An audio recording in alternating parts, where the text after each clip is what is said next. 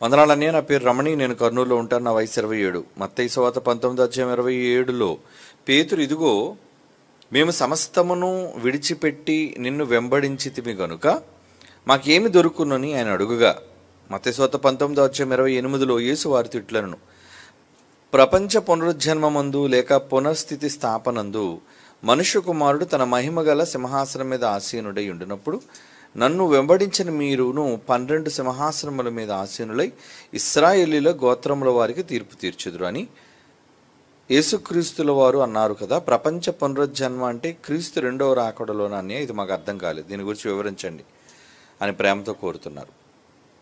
చదువుదాం. మత్తయి సువార్త 19:27. మత్తయి సువార్త 19:27. పేతురు ఏమంటున్నారు?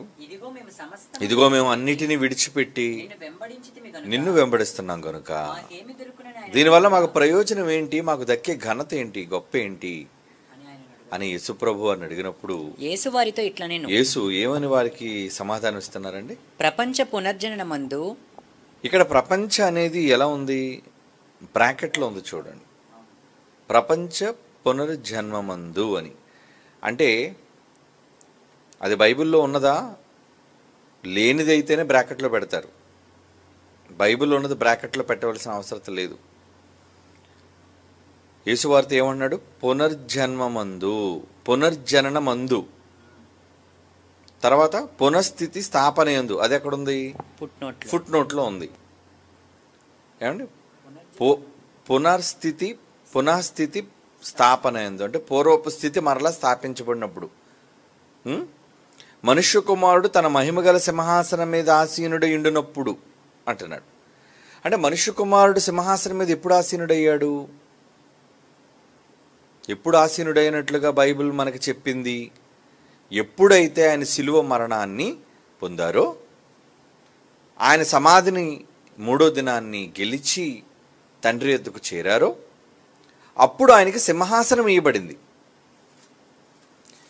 దీనికి సాక్ష్యం అపోస్తుల కార్యములు 7వ అధ్యాయంలో స్టెఫెను గారు చంపబడుతున్నప్పుడు ఆయనకు కనిపించిన దర్శనం. ఏముంది ఆ దర్శనంలో? అపోస్తుల కార్యములు 7వ అధ్యాయం 55వ వచనం. అపోస్తుల కార్యములు 7వ అధ్యాయం 55వ వచనంలో ఏమనుందండి? అయితే అతడు పరిశుద్ధాత్మతో ఆయన నిండుకున్నవాడై, చంపడానికి రాళ్లు రువ్వుతున్నప్పుడు పరిశుద్ధాత్మతో నిండుకున్నవాడై ఆకాశము వైపు తేరి చూచి దేవుని మహిమ యేసు దేవుని కుడిపార్శ్వమందు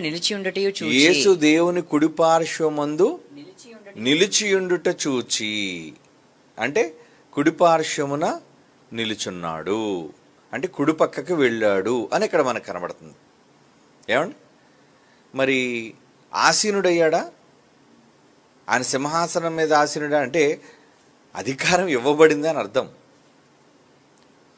కుర్చీ అనగానే ఏంటంటే ఇక్కడ కుర్చీ లేదు ఏంటంటే, నిలబడి ఉన్నాడు ఏంటండి, అయితే అప్పటి వరకు నిలబడి ఉంటాడా అనేది కాదు అక్కడ. అంటే బైబిల్ రాయబడ్డంలోని దాని భావం ఏంటంటే ఆయన కుడిపక్క వెళ్ళాడు అంటే, కుడిపార్శ్వమునకు వెళ్ళాడు అంటే సర్వాధికారాలు పొందాడు అని అర్థం. అందుకు యేసుప్రభు వారు అన్న ఆయన నోటి వెంబడి వచ్చిన మాటే విందాం. ఆయన తిరిగి లేచిన తర్వాత ఏ ఏ లోకాల మీద ఆయనకు అధికారం ఇవ్వబడిందో ఆయన చెప్పాడు. ఆయన అప్పటికి సమాధిని గెలిచాడు, తిరిగి లేచాడు. తిరిగి లేచిన తర్వాత యేసుప్రభు వారు అంటున్న మాట మనం చదువుదాం. మత్తయి సువార్త 28వ అధ్యాయం 18వ వచనం. మత్తయి సువార్త 28వ అధ్యాయం 18వ వచనం అండి. అయితే యేసు వారి యొద్దకు వచ్చి, యేసు అంటున్నారు, పరలోకమందును భూమి మీదను నాకు సర్వాధికారం ఇయ్యబడి ఉన్నది అంటున్నాడు. పరలోకమందును భూమి మీదను సర్వ అధికారము మొత్తం అధికారం నాకు ఇవ్వబడింది. అంటే సింహాసనం అంటే ఏంటి? అధికారమే సింహాసనం. ఏమండి? జగన్ గారు మరి గతంలో 5 ఏళ్లుగా మనకి ఆయన ముఖ్యమంత్రిగా ఉన్నారు అంటే ఆయనకు వచ్చింది కుర్చీయా, అధికారమా? ఏదో అక్కడ సెక్రటేరియట్లో కూర్చుంటారు కాబట్టి ఆ కుర్చీ ముఖ్యం అండి, ఆ కుర్చీలో ఎవరు కూర్చొని అధికారం వచ్చేస్తుందండి అని కాదు. ఆ కుర్చీ అంటే మామూలు బయటైనా కొనుక్కోవచ్చు అలాంటి కుర్చీ మనం. కానీ మనకు రావలసినది చేతికి అధికారం. అంటే అతని సంతకానుకున్న విలువ, అతని మాటకున్న విలువ, అదండి అధికారం అంటే. ఆ అధికారం కలిగిన వారేనండి ఆ సింహాసనం మీద కూర్చోగలరు. కనుక యేసుక్రీస్తు వారికి సర్వాధికారం ఇవ్వబడినప్పుడు అంటే ఆయన సింహాసనం మీదకి వెళ్ళినట్టే కదా. తిరిగి లేచిన తర్వాత నేను సింహాసనం, నాకు అధికారం నా చేతిలో ఉంది అని ఆయన అన్నారు. మరి అలాంటప్పుడు అధికారం ఆయనకి ఇవ్వబడింది అని చెబుతున్నప్పుడు మనుష్య కుమారుడు తన మహిమ గల సింహాసనం మీద ఆసీనుడయ్యుండునప్పుడు, ఒకవేళ ఇది యేసు ప్రభు తిరిగి రాకడలో సంభవించింది అనుకుందాం. అంటే కన్ఫ్యూజన్ కదంటే, వారు ఎప్పుడు తీర్పు తీరుస్తారు ఈ 12 గోత్రాల వారికి, అపోస్తలుల కోసం ఎప్పుడు అంటున్నాడు ఈ మాట, ఇది ఏ సందర్భానికి చెందింది, ఇప్పటిదా లేదంటే యేసుప్రభు తిరిగి రెండవ రాకడలో వచ్చేటప్పటిదా? అంటే అప్పటి వరకు ఆయన అధికారం లేనివాడుగా ఉన్నాడా? యేసుప్రభుకి సింహాసనం లేదా? ఉంది అన్నట్లుగా బైబిల్లో మనకు అర్థమైంది. నాకు అధికారం ఉంది, ముల్లోకాలలో పైనామం నాకు అనుగ్రహింపబడింది, సర్వాధికారం నా చేతిలో ఉంది అనే విషయం మనకి చెప్పబడింది బైబిల్లో. అయితే మరి రెండో రాకడలో జరిగేది ఏముందని మనకు మొదటి కొరింథీ పత్రిక 15వ అధ్యాయంలో ఈయన లోబడతాడు అనుందా, లేదంటే మన సంఘాన్ని తిరిగి తీసుకువెళ్ళిన తర్వాత అక్కడ కూడా పాలన చేస్తాడనుందా? 15వ అధ్యాయము 24వ వచనం, 15వ అధ్యాయం 24వ వచనంలోని ఆ సందర్భం అంతా చూస్తే చివరిలో ఒక మాట అంటాడు, అటు తరువాత ఆయన సమస్తమైన ఆధిపత్యమును సమస్తమైన అధికారమును బలమును కొట్టివేసి తన తండ్రి అయిన దేవునికి రాజ్యమును అప్పగిస్తాడు. అప్పుడు అంతము వస్తుంది. రెండో రాకడలో జరిగేదంటే అంతవరకు అతని చేతిలో ఉన్న అధికారము, బలము అన్నిటినీ కూడా ఎవరికి అప్పగిస్తారట? ఇప్పుడు ఆయనకి ఇవ్వబడింది కదా, ఆయన చేతిలో ఉన్నట్టే కదా, ఆయన దగ్గర ఉంది కాబట్టి ఎవరికి అప్పచెప్తాడని అంటున్నాడు ఇక్కడ? తండ్రికి అప్పగిస్తాడు. మరి తండ్రికి అప్పగించిన తర్వాత 25వ అధ్యాయం ముగింపులో ఏమంటాడు చూడండి, 25వ వచనం, క్షమించండి 25వ వచనం, మొదటి కొరింథీ పత్రిక 15వ అధ్యాయము 25వ వచనంలో, ఎందుకనగా శత్రువులందరినీ కూడా తనకు పాదపీఠముగా తన పాదముల క్రింద ఉంచు వరకు ఆయన రాజ్య పరిపాలన భూమి మీద అధికారియే సింహాసనం మీద రాజుగా చేస్తుండాలి.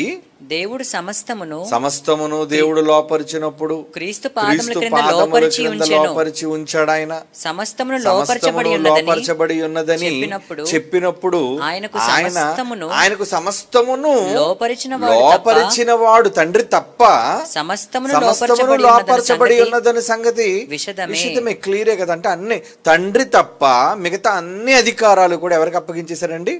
యేసు ప్రభు వారి పాదాల క్రింద పెట్టేశాడంట. అంటే సింహాసనాసీనుడు ఆయనే కదా, అధికారి ఆయనే కదా. ఎప్పుడు వెళ్ళిపోయాడు ఆయన? సమాధి గెలిచిన తర్వాత తండ్రి దగ్గరికి వెళ్ళి కుడిపార్శ్వానికి వెళ్ళగానే మొత్తం అధికారం అంతా ఆయన చేతికి వచ్చేసింది.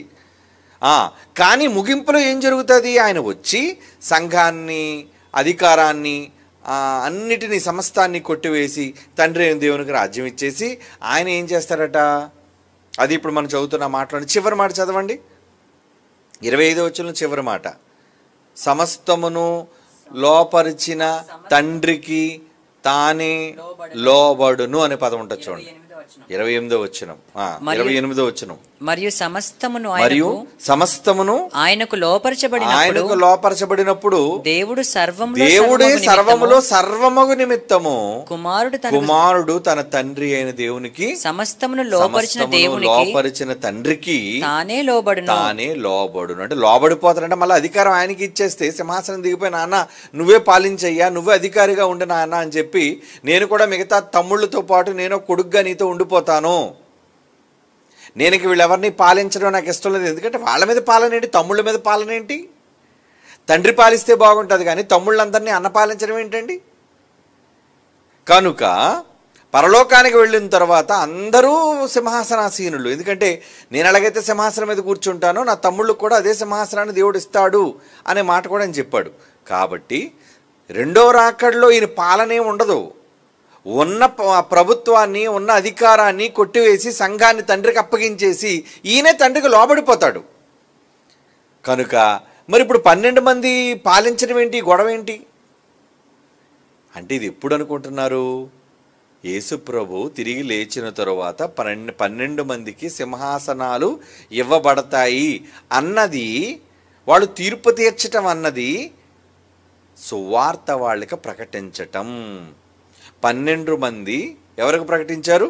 తమ చుట్టూ ఉన్న ప్రజలకు వాళ్ళు సువార్తను ప్రకటించటం వలన వాక్యము ద్వారా వాళ్ళందరికీ తీర్పు తీర్చారు సింహాసనాల మీద కూర్చొని. ఎందుకంటే ఆ తీర్పు ఇదే.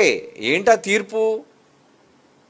యేసుప్రభు చెప్పాడు యోహాను సువార్తలో, ఒక తీర్పు ఉంది, ఆ తీర్పు ఇదే. ఏంటా తీర్పు అంటే, వెలుగు లోకంలోనికి వచ్చింది, ఆ వెలుగు అందరి దగ్గరికి వెళ్ళింది, ఆ వెలుగును ఎవరైతే స్వీకరిస్తారో వారంతా రక్షింపబడతారు, ఎవరైతే ఆ వెలుగును తృణీకరిస్తారో వారికి శిక్ష విధించబడుతుంది అని యోహాను సువార్తలో చదువుకుందాం. యోహాను సువార్త 12వ అధ్యాయం 47, 48. యోహాను సువార్త 12వ అధ్యాయం 47, 48 వచనాలండి. ఎవడైనను నా మాటలు విని వాటిని గైకొనకుండిన ఎడల నేను అతనికి తీర్పు తీర్చను. నేను లోకమునకు తీర్పు తీర్చుటకు రాలేదు గాని లోకమును రక్షించుటకు వచ్చాను. నన్ను ఎవరైతే నిరాకరిస్తారో, నా మాటలను అంగీకరింపని వానికి తీర్పు తీర్చేవాడొకడు కలడు. నేను చెప్పిన మాటే అంత్య దినమందు వానికి తీర్పు తీర్చును. అంటే వాక్యము వాళ్ళకి తీర్పు తీరుస్తుంది. అంటే వాక్యమే తీర్పు. అలాగే ఆ వెలుగు లోకంలోనికి వచ్చాను అంటే ఆయన రావటమే తీర్పు. ఇప్పుడు ఈ లోకమునకు తీర్పు జరుగుచున్నది. 31వ వచనం, 12 యోహాను సువార్త 12వ అధ్యాయం 31వ వచనం అంటున్నాడు చూడండి. ఇప్పుడు ఈ లోకమునకు తీర్పు జరుగుచున్నది అన్నాడు. ఏంటా తీర్పు? చాలామంది ఏమనుకుంటారంటే, ఇప్పటికీ క్రైస్తవులకు అర్థం కానిది ఏంటంటే, తీర్పు అంటే ఎప్పుడో ముగింపులో ఉంటుంది, సింహాసనం దగ్గరికి మనం అంతా వెళతాం అనేది రైటు. అక్కడికి వెళ్ళి ఎవరినాలు సెపరేట్ చేసేయడం తప్ప అక్కడికి మళ్ళీ విచారణ ఉండదు. నువ్వు చేసావా లేదా, నువ్వు ఈ మాటల ప్రకారంగా నువ్వు ప్రవర్తించావా లేదా, నీకు శిక్ష విధించబడుతుందా లేదా, ఇలాంటి విషయాలను గూర్చి అక్కడ తీర్పు తీర్చబడదు. ఆల్రెడీ జడ్జిమెంట్ అయిపోయింది. ఏంటా జడ్జిమెంట్? ఏంటా తీర్పు? ఎవరైతే ఆయన మాటలను అంగీకరిస్తారో, నమ్మి బాప్తీసం పొందినవాడు రక్షింపబడును, నమ్మని వానికి శిక్ష విధించబడును. అదే తీర్పు, జడ్జిమెంట్. ఏంటా తీర్పు అంటే, ఎవరైతే బాప్తీసం పొందుతారో వారికి రక్షణ, ఎవరైతే బాప్తీస్మం పొందరో వారికి శిక్షణ, అంటే శిక్ష విధించబడుతుంది. అదే తీర్పు. మరి ఈ తీర్పు గురించి వాళ్ళు ఆలోచించరా? ఈ తీర్పు కోసం వాళ్ళు ఆలోచించకుండా ఎప్పుడో ముగింపులో జరుగుతుంది. అందుకే మన పిల్లలకు పాఠం పెట్టాం యూనివర్సిటీలో, తీర్పు జరుగుతుందా, అంత్య తీర్పు జరుగుతుందా, అంత్యక్రీస్తు వచ్చాడా అనే ఆ పాఠంలో అసలు తీర్పును గూర్చిన పాఠం మనం పెట్టడం జరిగిందంటే, తీర్పు అనగానే ఎక్కడో ఎప్పుడో జరిగేది కాదు, భూమి మీద మనం బ్రతుకున్నప్పుడు జరిగేదే తీర్పు. ఇప్పుడు ఈ లోకమునకు తీర్పు జరుగుచున్నది అన్నాడు చూడండి. ఇప్పుడు ఈ లోకమునకు తీర్పు జరుగుచున్నది. ఆ పదం కూడా ఏంటంటే ప్రెజెంట్ కంటిన్యూస్ టెన్స్ అంటారు దాన్ని. అంటే అది ప్రస్తుత కాలానికి, ప్రస్తుత పరిస్థితులను సూచించేది, ఎప్పుడో జరిగేది కాదు. ఇప్పుడు ఈ లోకమునకు తీర్పు జరగబోచున్నది కాదు, జరుగుచున్నది. అంటే అవుతుంది, తీర్పు అవుతుంది. ఏంటా తీర్పు? మనం దేవుని వాక్యాన్ని వినకపోవటంతోనే ఆ తీర్పు ముడిపడి ఉంది. కాబట్టి ఇదంతా నేను ఎందుకు చెప్పానంటే, ఎందుకు యేసుప్రభు వారు సింహాసనం మీదకి వెళ్ళారా? వెళ్ళిపోయారు. ఎప్పుడు వెళ్ళిపోయారు? సమాధి గెలిచిన తర్వాత వెళ్ళిపోయారు. మరి ఇప్పుడు 12 మంది అపోస్తులు సింహాసనం మీద ఎప్పుడు కూర్చున్నారు? తీర్పు తీర్చడానికి. అంటే ఇది ముగింపులో జరిగేది కాదు, ఇది ముగింపులో జరిగేది కాదు. ఇక్కడ బైబిల్ సొసైటీ ఆఫ్ ఇండియా వాళ్ళు బైబిల్లో లేని పదాన్ని చొప్పించేశారు. ఎంత తప్పు చేశారు చూసారా? ఆయనకి ఎన్ని గుండెలండి వాళ్ళకి. అంటే బైబిల్ సొసైటీ ఆఫ్ ఇండియా వాళ్ళు అంటే భావం తెలియకుండా మీకు నచ్చింది పెట్టేస్తారు అందులో. మీరెవరు అసలు? మీరెవరు? మీ గొప్ప ఏంటి? మీకున్న జ్ఞానం ఏంటి? అడిగేవాడు ఉన్నాడు బైబిల్ సొసైటీ ఆఫ్ ఇండియా వాళ్ళని? ఎందుకంటే మాకే అంతా తెలుసు అనుకునేవాళ్ళు. ఇటు బైబిల్ సొసైటీ అని పేరు పెట్టుకున్నంత మాత్రాన మీకు బైబిల్ వచ్చని ఎవరు చెప్పారు? ఇక్కడ ప్రపంచ అనేది ఎందుకు యాడ్ చేశారు? ఏమండి, ప్రపంచ పునరుజ్జన్మం ఉందని ఎందుకు యాడ్ చేశారు చెప్పండి? అక్కడికి వెళ్ళిన తర్వాత తీర్పులు లేవు. సంఘం ఎత్తబడిన తర్వాత అందరూ తండ్రికి లోబడటమే తప్ప ఇంక సమస్తమైన అధికారం, ఆధిపత్యం వీటన్నిటినీ కొట్టివేయబడుతున్నాయి. అన్నీ కొట్టివేయబడిపోయి దేవుడికి లోబడిపోతుంటే అక్కడ మళ్ళా సింహాసనాల మీద కూర్చొని తీర్పు తీర్చడం ఏంటి? కనుక ప్రపంచ పునరుజ్జన్మమందు అనే ప్రపంచ అనే పదాన్ని ఎందుకు మీరు చొప్పించారు? ఆయన బైబిల్లో లేనిది కలపొచ్చా? ఏమండి, పోను బైబిల్లో ఉన్నది తీసేయొచ్చా? ఏమని చెప్పాడు దేవుడు బైబిల్లో? కాషన్ ఏం చెప్పాడు? హెచ్చరిక, ప్రమాద హెచ్చరిక ఏమనిచ్చాడు? ప్రకటన గ్రంథంలో ముగింపు చెప్పాడు. ఏమని చెప్పాడు? ఈ ప్రవచన వాక్యాలు 22వ అధ్యాయం 18వ వచనం, ప్రకటన గ్రంథం 22వ అధ్యాయం 18, ఎవడైనను వీటితో మరి ఏదైనా కలిపినా ఈ గ్రంథములో రాయబడిన తెగుళ్ళు దేవుడు వానికి కలుగు. తెగులు అనగానే ఇక్కడ ఏదో ఏమంటారు దాన్ని, లోక సంబంధమైన శరీర సంబంధమైన రోగాల కోసం చెప్పట్లేదు. బైబిల్లో తెగుళ్ళు అనేసి అంటే ఏంటంటే నరకం. ఏమంటే అది మనకందరికీ సంభవించే తెగులేంటి, ప్రమాదం ఏంటి అంటే దేవుడు కాదని మనం మాట్లాడే ప్రతి మాటకు శిక్ష ఉంటుంది.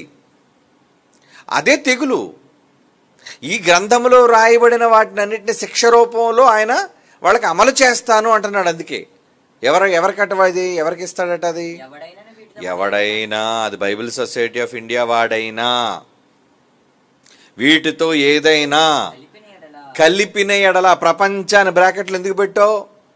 ఎందుకు కలిపావు? నీకు అర్థం కాకపోతే తెలియదు అని పెట్టు. ఆయన తెలియకపోతే ఆయన ఏది ఉందో తర్జుమాలో ఉన్నది ఉన్నట్టుగా తర్జుమా చేసి నువ్వు పెట్టడమే నీ వంతు. అంతేగాని నువ్వు సొంతగా నీ సొంత అభిప్రాయాన్ని ఎలా యాడ్ చేస్తావు అలా యాడ్ చేసి అక్క చెల్లెలను పెట్టారు. అప్పుడు అలా యాడ్ చేసే ప్రపంచాన్ని పెట్టారు ఇక్కడ, చూసారా? కనుక బైబిల్లో కూడా మానవ కల్పితాలు, మానవ ఆలోచనలు చొప్పించబడ్డాయి అంటే అవును, చూసారు, చొప్పించేశారు. సైతాన్ ఎంత తెలివిగా చొప్పించేసిందో. ప్రపంచ పునరుజ్జన్మమందు పునర్జన్మమందు అన్నాడు అంతే. అక్కడ ప్రపంచ తీసే చదవండి. మత్తయి సువార్త 19:28 ప్రపంచ తీసేయండి. యేసువారితో ఇట్లనను పునర్జననమందు అంటే మరలా నేను పునర్జన్మ అంటే మరలా నేను బ్రతుకుతాను. ఇప్పుడు పునర్జన్మ అనేసరికి ఇంకొక మరల తల్లి గర్భం నుంచి పుట్టడం కాదు. ఏమండి, మనం మరలా బ్రతకటం. బాప్తిస్మం అనేది పునర్జన్మ స్నానం అన్నాడు, తెలుసా మీకు? బాప్తిస్మాన్ని గురించి ఏమన్నాడు? పునర్జన్మ సంబంధమైన స్నానము అంటాడు. చూడండి హెబ్రీ పత్రికలోనా, చూడండి ఎక్కడుందో. పునర్జన్మ సంబంధమైన స్నానము అంటాడు. అంటే మీరు తిరిగి బ్రతకటం పునర్జన్మ అన్నాడు బైబిల్లో. అంటే మనం బాప్తీసం ద్వారా మన పాత జీవితాన్ని విడిచిపెట్టి క్రొత్త జీవితంలోనికి రావటమే బ్రతకటం. అవునా? మరి అది కూడా బ్రతకటం అయినప్పుడు అది పునరుజ్జన్మ అన్నాడు. Very good. తీతు 3వ అధ్యాయం 5వ వచనం చూడండి. తీతు 3వ అధ్యాయము 5వ వచనం.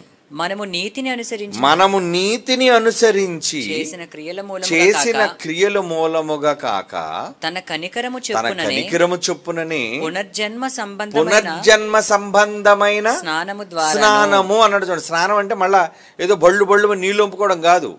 స్నానంలో నీటిని ఉపయోగిస్తాం కాబట్టి అలాగన్నాడు. అంతేగాని బాప్తీసం ప్రతి ఒక్కరు స్నానంతో పోల్చాడు కాబట్టి సబ్బు పెట్టుకొని స్నానం చేయాలని కాదు. అక్కడ నీళ్లు ఉపయోగించుకోవాలి. ఆ పునర్జన్మ సంబంధమైన స్నానం లాంటిది అది. స్నానానికి ఎలాగైతే నీళ్లు వాడతామో తిరిగి మనం పునర్జన్మ పొందాలి అంటే నీళ్లలోనికి వెళ్ళాలి. అదే బాప్తిస్మము. నీటిలోని ములగాలి, ముంచబడాలి, తిరిగి లేవాలి. అది పునర్జన్మ అన్నాడు. అంటే బతుకుంటుండగానే పునర్జన్మ జరుగుతుందా? పునర్జన్మ స్నానము అంటే ఏంటన్నమాట? బాప్తీసం. అంతేగాని మనం అందరూ చచ్చిపోయిన తర్వాత లాస్ట్లో బ్రతకడం కాదు పునర్జన్మ అనేసరికి. ఓకే, ఈ మాట తీసుకోండి. కనుక ఇక్కడ పునరుజ్జన్మ అనగానే భూమి మీద జరుగుతున్నప్పుడు ఇక్కడ రండి. ఇప్పుడు 19 మత్తయి 19:28 ఏమంటున్నాడు అక్కడ? పునర్జననమందు. ఎక్కడ పునర్జననమందు? ఇక్కడ నేను ఎప్పుడైతే తిరిగి మరలా బ్రతుకుతానో, చచ్చిపోయాను కదా నేను, యేసుప్రభు చచ్చిపోయాడే లేదా?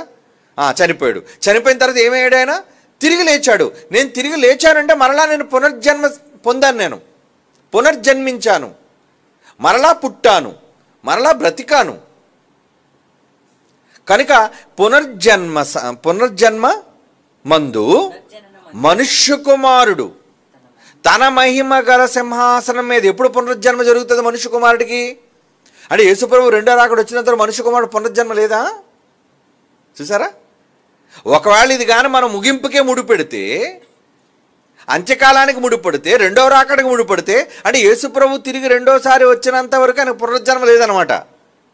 మరి చచ్చిపోయింది ఏమవ్వాలి? అంటే ఆయన చచ్చిపోయి ఉన్నాడు అంటే యేసుప్రభు ఇంకా మృతుడి నుంచి లేవలేదు. చూసారు ఎంత అబద్ధంలోకి వెళ్ళిపోయిందో వాక్యం. ఒక్క పదం తప్పు రాయటం వలన ఎంత ఘోరమైన తప్పిదం, భావ తప్పిదం అయిపోయిందో చూడండి. ఇంతగా మనం విడదీస్తున్నామంటే ఏంటనుకున్నారు? సత్యవాక్యమును సరిగా విభజించడం అంటే ఇదే. ఎక్కడా చెప్పరు. ఏ విశ్వవిద్యాలయాల్లో, ఏ బైబిల్ కళాశాలల్లో, ఏ సంఘాలలో ఇంత విడమర్చి బైబిలులో ఉన్నది ఉన్నట్లుగా చెప్పరు. వారి బుర్రకు తోచింది ఏదో, అర్థమైంది ఏదో చెప్పుకుంటూ వెళ్ళిపోతారు. ఏమంటే మనకు తోచింది మనం చెప్పుకోకూడదు కదా. వ్రాయబడిన పదాలను, ఏమండి వ్రాయబడిన అక్షరాలను బైబిల్లోని మిగతా భావాలతో పోల్చి దానికి సరిపోతానే మనం చెప్పాలి. సరిపోకుండా కిట్టించేసి నా భావం అండి, నా ఉద్దేశం అండి, నేను అనుకుంటున్నానండి అంటే ఎలా చెప్పండి? అది తప్పు కదా. అలాంటప్పుడు ఏమవుతుంది? లేనిది బైబిల్లో రాయనిది మనం కల్పించి చెబుతున్నాం అనమాట. మరి కల్పించి చెప్తే మనకు వచ్చే శిక్ష ఏమన్నాడు? ఏం శిక్ష అన్నాడు? ఈ గ్రంథమందు వ్రాయబడిన తెగుళ్ళన్నీ కూడా మీకు వచ్చేస్తాయి. నరకానికి వెళ్ళడానికి ఎన్నైతే బాధలు, ఎన్నైతే పాపాలు ఉన్నాయో ఆ పాపాలన్నీ తెగుళ్ళుగా మీకు సంక్రమిస్తాయి. అంటే మిమ్మల్ని మన నరకానికి తీసుకుపోతాయి, శిక్ష విధించబడుతుంది మీకు. అలాంటప్పుడు మనం ఏది పడితే చెప్పొచ్చా? చెప్పకూడదు కదండి. మరి ఏంటంటే ఇంత ధైర్యంగా వీళ్ళు రాసేశారు ప్రపంచాన్ని?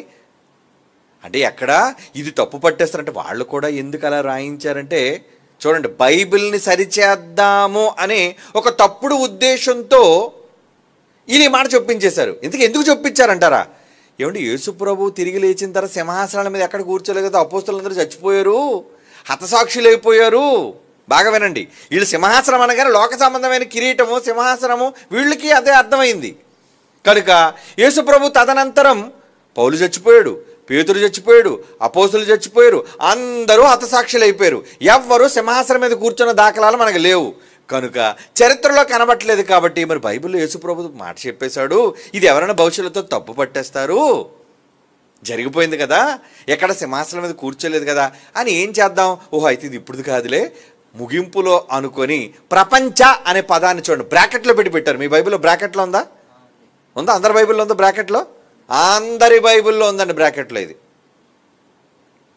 అంటే బైబిల్ సొసైటీ ఆఫ్ ఇండియా ఎంత తప్పు చేసింది. ఇప్పుడు బైబిల్ సొసైటీ ఆఫ్ ఇండియా వాళ్ళు ఎవరైతే ఉన్నారో పెద్దలు, నెక్స్ట్ ప్రచురణలో ఆ మొక్క తీసేయకపోతే వాళ్ళని దేవుడు నరకంలో తోసేస్తాడు. ఎందుకంటే ఇది వాళ్ళు బైబిల్కి విరుద్ధంగా చేస్తున్న తప్పిదం. చూసారు ఎంత కరాఖండిగా చెప్తున్నాం మనం? చెప్పాలి. ఇది మన మెప్పు కోసమో గొప్ప కోసం చెప్తుంది కాదు. మీరు దాన్ని తప్పుగా భావించి మీరు దాన్ని చొప్పించేశారు. బైబిల్లో ప్రపంచ అనే బ్రాకెట్లో పెట్టేశారు. అంటే యేసుప్రభు వచ్చినప్పుడులే అప్పుడు వీళ్ళందరూ సింహాసనం మీద కూర్చోబెడతాడులే, అప్పుడు వీళ్ళు పరిపాలిస్తారేమో, లేదంటే అప్పుడు వీళ్ళంతా కూడా తీర్పు తీరుస్తారేమో. ఇటువంటి భావనలతో చూసారా, వీళ్ళకి అర్థం కాకపోవటం వలన ఏమండి తలపాగా చుట్టలేక ఒకటి తలపాట చుట్టమని ఇచ్చారట. టర్బన్ అంటారు దాన్ని, గుడ్డ సిక్కులు చుట్టుకుంటారు కదండి. ఒరే పాగా చుట్టండ్రా అంటారు. పాగా వీడికి చుట్టడం రాక చుట్టి వీడికి చుట్టడం రాక చివరికి ఏమన్నాడు, రే పోరా నీ తలే వంకర్రా అన్నాడట. ఇంతగా తల వంకర నీకు చుట్టడం రాదా? అది సామెత. తలపాగా చుట్టడం రాక తలే వంకర అన్నాడట ఒకడు. అలాగా బైబిల్లో ఉన్నది సరైన విధానంలో విభజించడం నీకు రాక చేతకాక నువ్వేం చేసావు? ఏమండి బైబిల్లో చొప్పించేసావు, వంకర మాట పెట్టేశావు. ఏంటి ఆ వంకర మాట?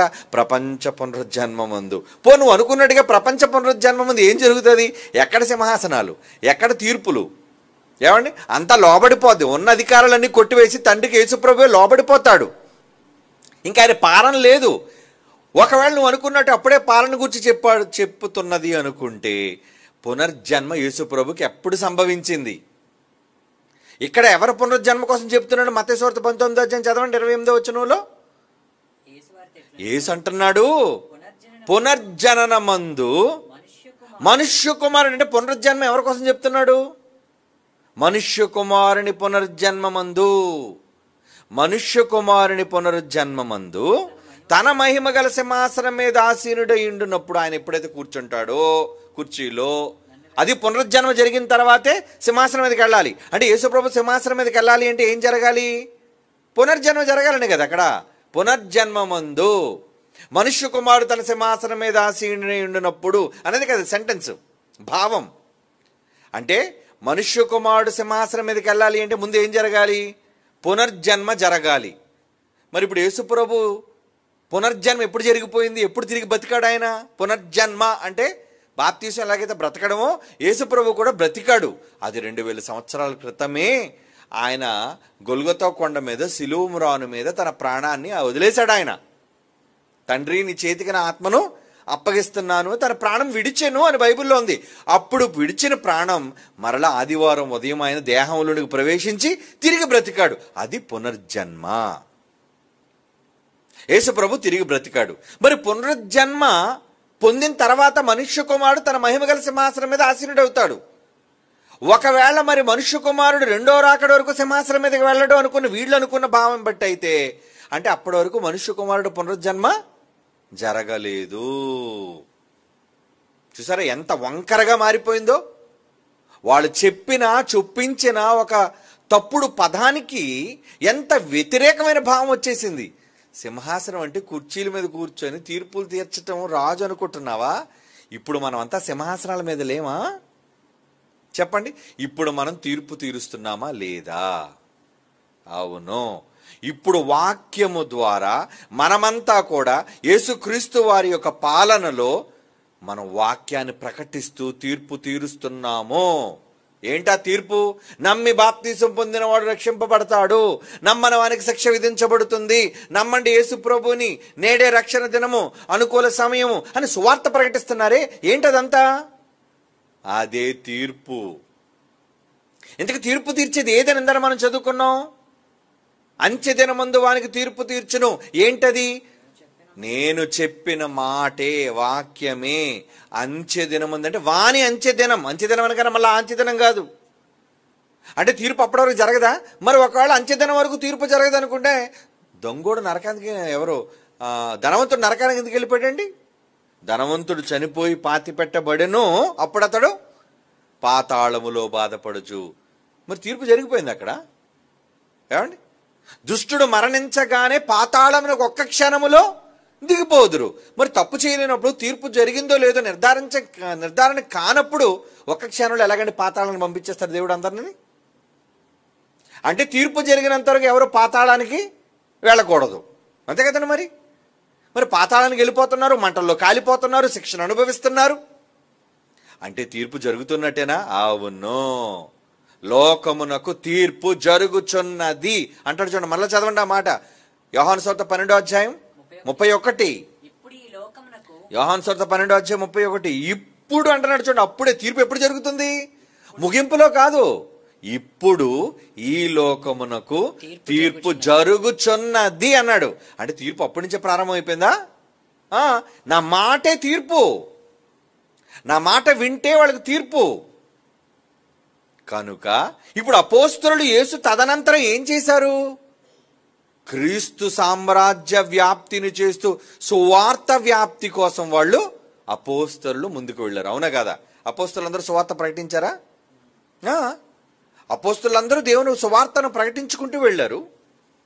మేము మీకు ప్రకటించిన సువార్త అదే. పౌలు అంటాడు, పేతురు అంటాడు, వీళ్ళంతా మేము అదే సువార్తను ప్రకటిస్తున్నాం. అంటే వీళ్ళు సువార్త ప్రకటిస్తున్నారంటే యేసు వాక్యాన్ని ప్రకటిస్తున్నారు. అంటే వాళ్ళు లోకానికి, తమ చుట్టూ ఉన్న సమాజానికి ఏం చేశారు? తీర్పు తీర్చారు. తీర్పు జరిగిపోయిందా? అపోస్తలులందరూ సువార్త ప్రకటించడం ద్వారా తమ చుట్టూ ఉన్న వాళ్ళకి 12 గోత్రాల వారికి తీర్పు తీర్చారు. 12 గోత్రాల వారికి తీర్పు తీర్చారు. అందుకే అపోస్తలులు ఎవరికి అపోస్తులుగా చేయబడ్డారని పౌలు గారు ఒప్పుకున్నారు మీకు తెలుసా? మేము అన్యజనులకును, పేతురును యోహాను గలతీ పత్రిక 2వ అధ్యాయం అంటాడు చూడండి. గలతీ పత్రిక 2వ అధ్యాయంలో దేవుడు మరి అన్ని జనులకు అపోస్తలులు ఒకటొక సామర్థ్యం కలుగజేసిన దేవుడే 2వ అధ్యాయం 8వ వచనం, 2వ అధ్యాయం 8వ వచనం జాగ్రత్తగా వినండి ఈ మాట. సున్నతి పొందిన వారికి, అంటే ఎవరు సున్నతి పొందిన వాళ్ళు? ఎవరు? ఇశ్రాయేలీలు. 12 గోత్రాల వాళ్ళు కదండి ఇశ్రాయేలీలు. రూబేను మొదలుకొని కిందన వరకు ఎంతమంది అయితే 12 మంది పిల్లలు ఉన్నారో, యాకోబు పిల్లలు, వాళ్ళే కదా ఇశ్రాయేలీలు, 12 గోత్రికులే కదా.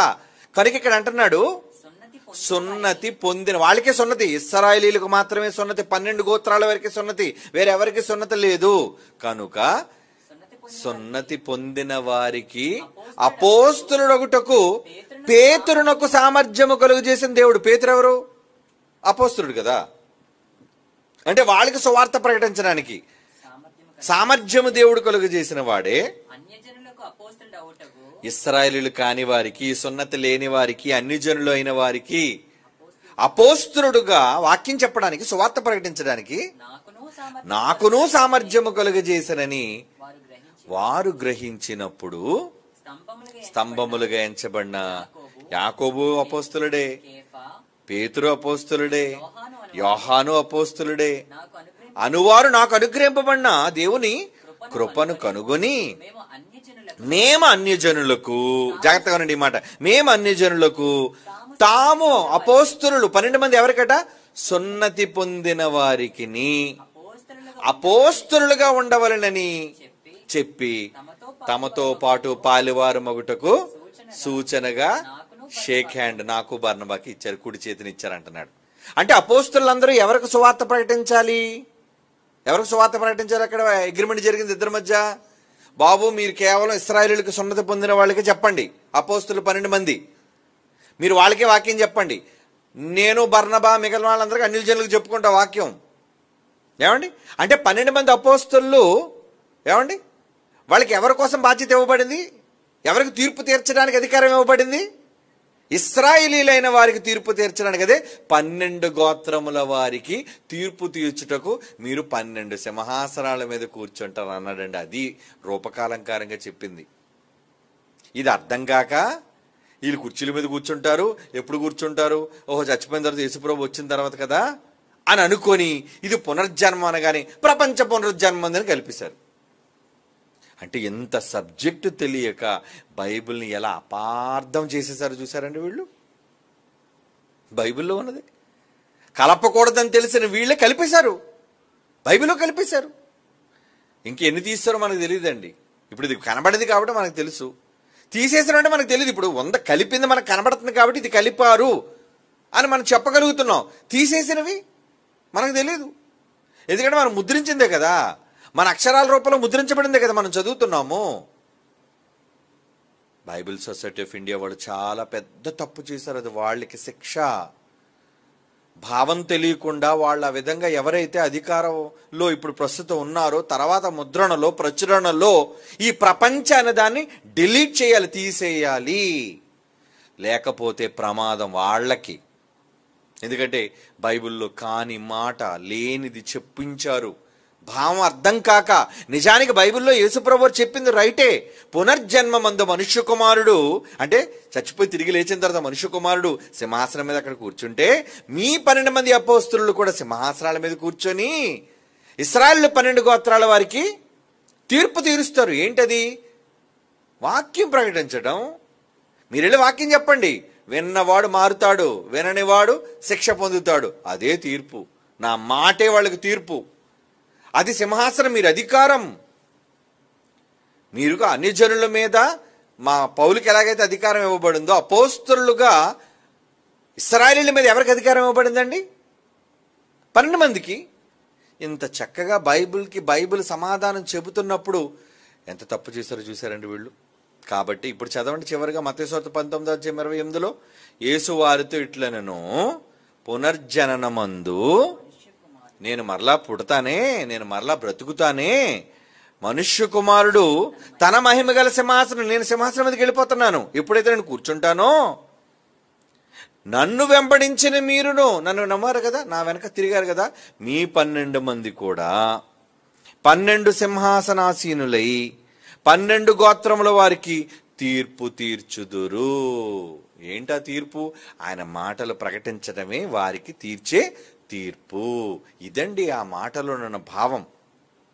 కాబట్టి పునర్జన్మ అనగానే క్రీస్తు రెండవ రాకడ కాదు, మొదటి రాకడలో ఆయన సమాధిని గెలవటమే పునర్జన్మ.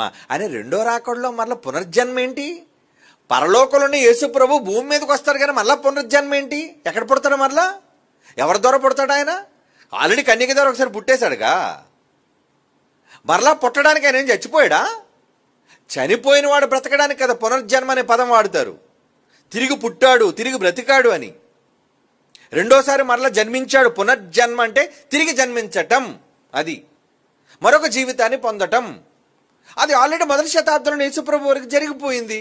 ఎంత వివరణ వాళ్ళకి అర్థం కాక ప్రపంచ అనే ఒక తప్పుడు, మళ్ళా మూల భాషలో ఏమని రాశారంటే దీనికి పునఃస్థితి స్థాపన యందు, అంటే పూర్వపు స్థితి మరలా స్థాపించబడినప్పుడు.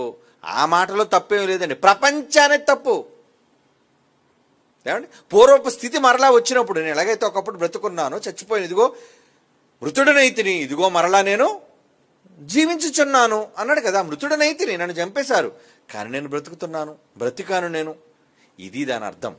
ఓకే అండి, కనుక ఈ విషయంలో బైబిల్ సొసైటీ ఆఫ్ ఇండియా వాళ్ళు జాగ్రత్తగా సరి చేసుకోవాలి తప్పుని. అలాగే క్రైస్తవ సోదరులు సోదరీమణులు ఈ విషయాన్ని అపార్థం చేసుకోకుండా, ఏమండి, బైబిల్లో రాయబడిన తప్పు విషయంలో శ్రద్ధ వహించాలి. ఓకే.